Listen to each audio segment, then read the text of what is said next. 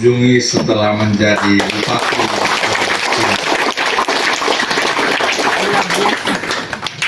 desa yang dalam segala kesulitan tetap onda mata raka hulen nala hulen si donidian dari adonara dengan penuh ikhlasan memberikan dukungan. Karena itu ini mungkin bukan kesempatan acara politik, tapi izinkan saya menyampaikan terima kasih untuk Lauk Anak si Belpanawa karena sudah memberikan dukungan kekuatan untuk jadi DI Pilaroni dalam kapasitas sebagai Bupati Flores Timur. Minta maaf karena Pak Wakil Bupati Pak Ignas Uran ini tidak ikut hadir pada kesempatan ini. Gue juga 1-2 hari ini lagi bingung-bingung ini kerja apa saja yang ada di hadapan mata ini. Tiba-tiba ingat, Pak Wakil ini kita mesti bagi kerjaan apa sama dia nih. Sementara berpikir bagi kerjaan, lalu ada beberapa urusan terkait desa juga ya, urusan terkait desa, urusan terkait gaji aparat desa, dokter-dokter yang masih berteriak sana kemari. Saya bilang, Pak Wakil jangan marah, kami jalan sendiri ke Belpanawa. Pak Wakil urus ini yang susah-susah di sini dulu, biar desas-desus yang belum terangkat ke medsos ini Pak Wakil atasi supaya kita aman-aman saja di hari-hari pertama kepemimpinan kita ini. Jadi Pak Wakil tidak ada, saya sendiri yang hadir pada kesempatan ini, awal dengan menyampaikan terima kasih untuk Bapak Mama semua. Kita bersyukur untuk acara kita pada pagi hari ini yang sederhana, penebaran benih, tetapi kemarin begitu lihat suratnya saya menganggap sebagai hal yang penting dan strategis. Penting dan strategis baik dalam kerangka tema kami lompatan jauh yang sudah kami sampaikan maupun dalam kerangka pembangunan desa kita. Dalam kerangka lompatan jauh, sebagaimana kami katakan, kita berkepentingan terhadap produktivitas di segala sektor, termasuk antara lain produktivitas desa juga kita tingkatkan, produktivitas daerah juga. Sebelumnya kita berpikir mungkin yang harus kita beri perhatian, kapitalisasi pertama itu adalah potensi yang sudah ada.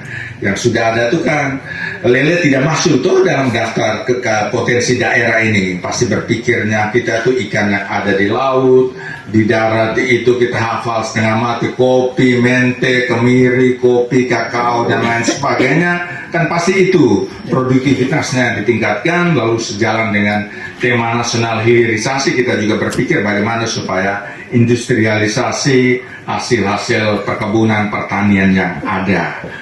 Tapi hari ini kita berada di tempat ini untuk komoditas, untuk sesuatu yang baru. Sebab sebelumnya lele sudah banyak kan di sini nih. Di desa sini lele sudah usahanya sudah banyak ya, sudah cukup banyak ya. Nah, sementara kita beberapa tempat ini kan lele masih potensi yang relatif baru di sini. Karena itu mudah-mudahan hari ini kita tebar lele dan berdoa berharap supaya usaha ini bisa berkembang. Sekarang pilihan usaha kan relatif banyak ya, di kebun misalnya, selain tanaman tradisional tadi, kita juga punya hal-hal baru misalnya durian yang potensinya besar sekali, ternyata kita uji coba di sini juga besar. Jadi banyak komoditi baru, banyak ikan, jenis ikan baru yang ternyata kita bisa kembangkan di darat. Kita pelajari, mudah-mudahan itu menyumbang pada produktivitas kita sebagai suatu daerah, sebagai desa, dan kita serius untuk itu. Pengalaman kami tentu saja konsistensi di dalam usaha itu menjadi sesuatu yang penting ya. Ada sesuatu tali temali sebenarnya, tali temali antara produksi usaha kita dengan pasar. Yang kadang-kadang kita serius di pasar, katakanlah usaha minyak goreng serius, tetapi kalau pasarnya tidak jelas gara-gara harga minyak goreng tradisional kita lebih mahal daripada bimoli, maka usaha itu juga menjadi macet. ada yang pasarnya ada tetapi kemudian kita tidak cukup serius di usahanya. Mudah-mudahan kita tebar benih pada hari ini sekaligus juga dengan hitungan-hitungan ekonomi yang memadai. Jadi kita usaha sekaligus juga dengan hitungan ekonomi. Ini juga tantangan untuk teman-teman pendamping ya. Syukur bahwa hari ini kita punya program MBG, makan bergizi gratis. Jadi lele kita piara hari ini, kelebihan produksi barangkali masih kita tolerir dulu, mudah-mudahan tidak kelebihan. Tapi ke depan kita boleh bersyukur karena program yang barangkali kita rasa masih asing oleh Prabowo Subianto ini, makan bergizi gratis, dia akan menumbuhkan pasar kita yang lumayan. Pertumbuhan permintaan terhadap nasi, terhadap sayur-sayuran, terhadap ikan, terhadap ayam, terhadap telur ayam, dan sumber-sumber protein karbohidrat ini juga menjadi banyak di situ. Karena itu kita bisa berharap bahwa ikan lele ini juga nanti punya pasar yang cukup, sehingga dari usaha yang 14 kolam atau 24 ini, 24 kolam yang diusahakan berbasis rumah tangga ya. Ini mudah-mudahan juga bisa dikembangkan sungguh di daerah sini, di desa ini, sehingga dia sungguh-sungguh menjadi desa lele. Desa lele tadi, tapi penyebutan desa lele ini tidak gara-gara OVOP ya, One Village One Product itu tidak ya, itu sudah tidak lagi jadi tema ya. Desa ini mudah-mudahan jadi desa lele dan bisa menyumbang pada pemenuhan kebutuhan protein kita di daerah, terutama dalam kaitan dengan program makan bergizi gratis ini. Jadi kalau ada dapur yang akan dibuka pada tahun ini, sebaiknya cepat daftar supaya juga usaha ini punya pasar begitu. Jadi langsung connect ke pasarnya. Nah, jadi yang pertama itu. Lalu yang kedua, bersyukur juga bahwa ada aturan dari Jakarta yang menghendaki juga dikelola oleh BUMDes. Keruwetan nanti diatasi oleh Bapak Kepala PMD ini ya. Dia akan mengatasi keruwetan, tapi kita bersyukur bahwa Kepala Desa Belpanabat ternyata sudah melakukan lompatan jauh begitu. Lompatan jauh yang melanggar aturan atau lebih dulu dari aturan yang baru dibuat itu. Nah, tapi itu kan kita anggap sebagai lompatan kreativitas. Jadi kita tepuk tangan juga untuk Bapak Desa ini. Sehingga tanggung jawab dari Kepala PMD ini untuk mencari jalan supaya bisa terselamatkan, entah nanti dikasih ke BUMDes yang organisir, tapi kalau BUMDesnya ada 89 guru yang tidak tahu ilmu bisnis, ya tidak jalan saja lah begitu toh.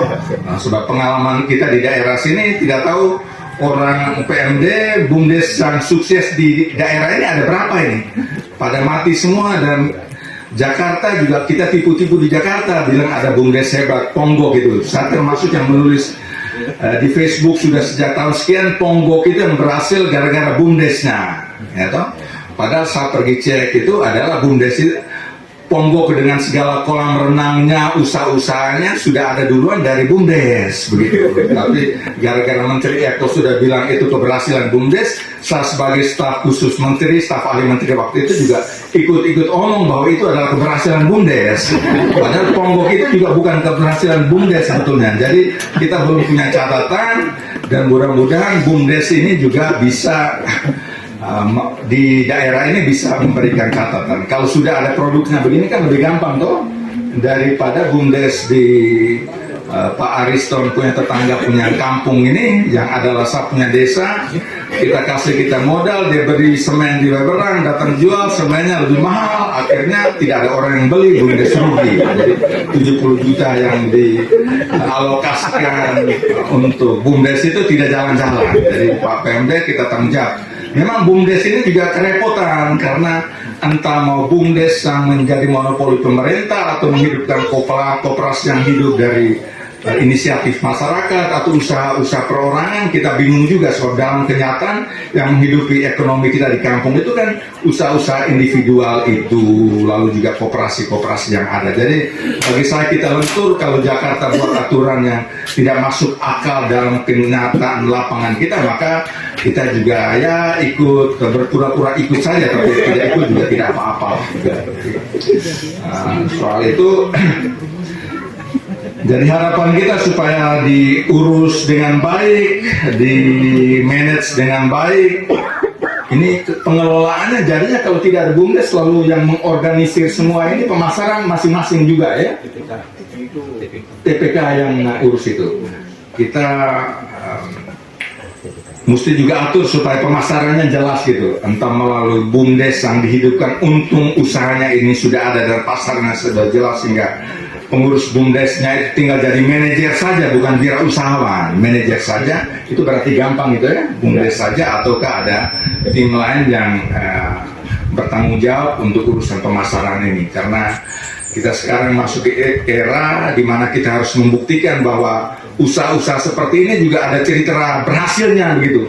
Karena sudah terlalu banyak program yang dikelontorkan baik pusat maupun daerah ini yang setelah kasih uang, birokrasi juga pertanggungjawaban bahwa dia sudah sukses bagi uang, tidak peduli apakah ujungnya itu berhasil atau tidak. Kali ini kita mesti menciptakan indikator keberhasilan baru, bahwa keberhasilan kita itu bukan desa kasih uang lalu lelenya ada, daerah kasih uang lalu lelenya ada, tetapi lele itu bisa dijual dengan baik, uang yang jelas, dan meningkatkan pendapatan di tingkat masyarakat. Saya kira kita punya komitmen di output akhir itu, bukan output bahwa uangnya sudah dikelontorkan, lalu lelenya sudah kita bagi, itu saja tidak cukup.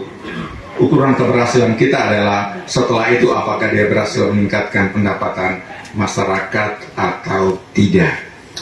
Lalu terkait catatan dari Bapak Desa soal SDM anak muda ini, kita hadir di sini juga hampir jadi staf khusus, tapi kalau staf khusus dihilangkan maka tidak tahu bagaimana caranya orang ini bisa tetap eksis. Tapi kita bawa juga anak muda satu, mantan ketua PMKRI, yang barangkali nanti ikut mempelajari bagaimana perilaku generasi milenial, menangani mereka seperti apa, membuat mereka produktif seperti apa. Adenandos berdiri sedikit, nanti kita cari engkau punya jalan bagaimana bereksistensi di dunia publik ini. Mudah-mudahan ini mantan ketua PMKRI Larantuka ini bisa ikut mendampingi supaya Karang Taruna, orang-orang muda generasi media milenial ini bisa kita pikirkan nasib mereka dengan baik. Tentu orientasi untuk menjadi pegawai negeri atau bahkan P3K ini kan kapasitasnya sudah sedikit sekali toh. Jadi juga kita mesti merintis supaya juga ada usaha-usaha yang dikembangkan oleh orang-orang muda ini sendiri. Mengatakan itu tentu juga gampang saja, tetapi pelaksanaannya tidak mudah. Kita mau serius, karena melalui pelatihan setiap kita juga bisa menjadi wirausahawan. Itu adalah kepercayaan yang sudah kami tanamkan sejak masa kampanye itu. Kita lahir barangkali bapak mama kita bukan wirausahawan, tetapi di mana-mana melalui pelatihan yang baik itu anak-anak muda kita juga bisa menjadi wirausahawan. Banyak adik-adik kita, ponakan saya yang kemarin masih imut-imut di Jakarta. Saya ke Jakarta lagi, saya masih pikir dia yang makan gaji, lalu gaji kecil barangkali tidak jelas, penny siga silemu. Ternyata dia ini adalah pengusaha, dia sudah punya bengkel ada di Jakarta, bengkel ada 14 bengkel di situ. Jadi model manusia anak muda tidak jelas, tapi di Jakarta dia bisa bereksistensi dengan 14 usaha bengkel, penghasilan sebulannya 30 juta ke atas. Jadi saya pikir sialan juga ini, dia penduduk jauh lebih banyak dari saya ini. Jadi sesuatu yang mungkin buat kita. Karena itu kita mesti meretas batas, tidak hanya berpikir soal menjadi pegawai negeri, P3K, atau juga pegawai BUMD yang kali bapak mama kita bukan wirausahawan, tetapi di mana-mana melalui pelatihan yang baik itu anak-anak muda kita juga bisa menjadi wirausahawan. Banyak adik-adik kita, ponakan saya yang kemarin masih imut-imut di Jakarta. Saya ke Jakarta lagi, saya masih pikir dia yang makan gaji, lalu gaji kecil barangkali tidak jelas, penny si Gasilemu. Ternyata dia ini adalah pengusaha, dia sudah punya bengkel ada di Jakarta, bengkel ada 14 bengkel di situ. Jadi model manusia anak muda tidak jelas, tapi di Jakarta dia bisa bereksistensi dengan 14 usaha bengkel, penghasilan sebulannya 30 juta ke atas. Jadi saya pikir, sialan juga ini, dia penduduk jauh lebih banyak dari saya ini. Jadi sesuatu yang mungkin buat kita, karena itu kita mesti meretas batas, tidak hanya berpikir soal menjadi pegawai negeri, P3K, atau juga pegawai BUMD yang tidak tahu nanti berapa BUMD, lalu kapasitas tampungnya berapa, tetapi juga berpikir untuk menjadi wirausahawan itu. Jadi itu saja, kita memasuki era di mana situasinya rada sulit sebenarnya karena pemangkasan anggaran di pusat, tetapi kita tetap optimis bahwa melalui semangat kita semua kita akan maju ke depan ini. Di tengah keterbatasan anggaran yang ada, saya terus berkoordinasi dengan dinas-dinas supaya kita pakai uang dengan sebaik-baiknya. Uang hemat di perjalanan dinas kali ini, kepala-kepala dinas yang datang juga tidak bawa staf ini. Kita mulai potong-potong. Bupati juga bila perlu tidak didampingi, turun sendiri saja, bawa satu orang tukang tulis, begitu cukup. Kita jalan-jalan, apalagi jalan ke Jakarta yang doi banyak itu tidak perlu ada pendamping dinas 2-3 orang. Kalau kepala dinas sendiri jalan juga baik ya. Kita ini juga bisa pikul buku, kita audiensi dengan orang, catat-catat juga kita hemat saja. Jadi pejabat sekarang zamannya tidak perlu banyak gaya lagi, kita biasa-biasa saja. Seperti dipraktekkan oleh Camat Adonara Timur ini, dia jadi camat, duit keluar dari saku sendiri itu banyak untuk urusan masyarakat ini. Kita mau juga praktekkan hidup hemat seperti itu, tapi mendaya gunakan sumber daya kita yang terbatas ini untuk kepentingan kemajuan ekonomi kita. Dengan Pak Kadis Perikanan, kebetulan dia duduk di depan, jadi mesti omong kami dua punya urusan sedikit. Kami dua sedang berkoordinasi dengan pengusaha supaya juga suplai produksi ikan kita ini bisa diterima dengan baik. Kita mau supaya ada BUMD khusus perikanan, lalu juga 27 kapal bermasalah itu dihidupkan kerjasamanya sehingga ada bagian nelayan jelas, bagian daerah juga jelas di situ. Kita tambah dengan rumpun sebanyak katakanlah 15 begitu, sehingga skala usahanya cukup menarik untuk supaya pengusaha yang jadi off-taker ini juga bisa semangat datang. Baru di tingkat konsep itu saja kita beruntung karena sudah berebutan. Ada pengusaha yang kita ketemu di Jakarta, tiba-tiba ada Surabaya juga sudah kontak, yang sedang beroperasi di mana juga sedang kontak. Karena itu kita percaya bahwa di tengah keterbatasan anggaran yang ada, mudah-mudahan beberapa usaha untuk mendongkrak PAD ini juga pendapatan asli daerahnya bisa kita rintis ke depan. Ada beberapa program lain yang besok barangkali akan kita sampaikan dalam rapat paripurna dengan DPRD. Intinya kita semua semangat. Desa katanya mau ada pengarus utamaan lagi, ada program dari Pak Prabowo lagi, Operasi Merah Putih ya Pak. Kita lentur saja ikut irama ini. Jadi Prabowo ini dia potong kita punya anggaran, sebagian pakai untuk makan bergizi gratis yang ternyata dari hitungannya akan menghasilkan multiplier efek ganda perekonomian ini juga yang besar. Lalu dia potong ini juga, dia potong di Jakarta lalu minta kita potong efisiensi di daerah ini juga supaya kita efisien.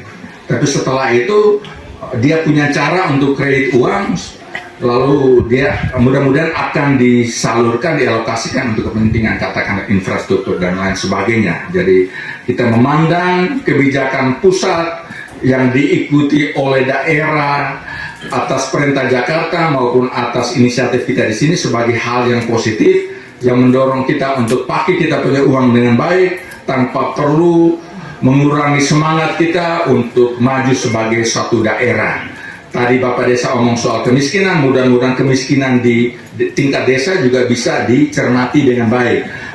Secara daerah kita omong soal 30.000 angka kemiskinan, tapi itu kan adanya di daerah toh. Kemarin koordinasi sama BP4D, ada desil-desilnya paling tidak desil 1 kemiskinan ekstrim itu mesti kita kenali siapa-siapa. Mudah-mudahan program semacam penebaran ikan lele ini juga ada yang menyasar ke mereka, sehingga cara menangani mereka itu tidak hanya program sosial, bantuan-bantuan itu saja, tetapi juga lewat program-program pemberdayaan yang ada ini. Jadi Bapak Desa titipan ke kami, tapi juga kami juga titip supaya juga kita punya data yang cukup jelas, terutama dalam kaitan dengan kemiskinan itu.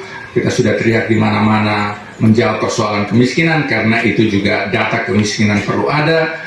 Perilaku profil orang miskin perlu kita ketahui untuk menentukan bagaimana intervensi kita, cara menangani kemiskinan ini dengan cepat. Jadi karena baru 1-2 hari, kepala penuh dengan disposisi, tanpa persiapan datang kemari, baru pikir beberapa menit aja jadi omong kesana kemari ya.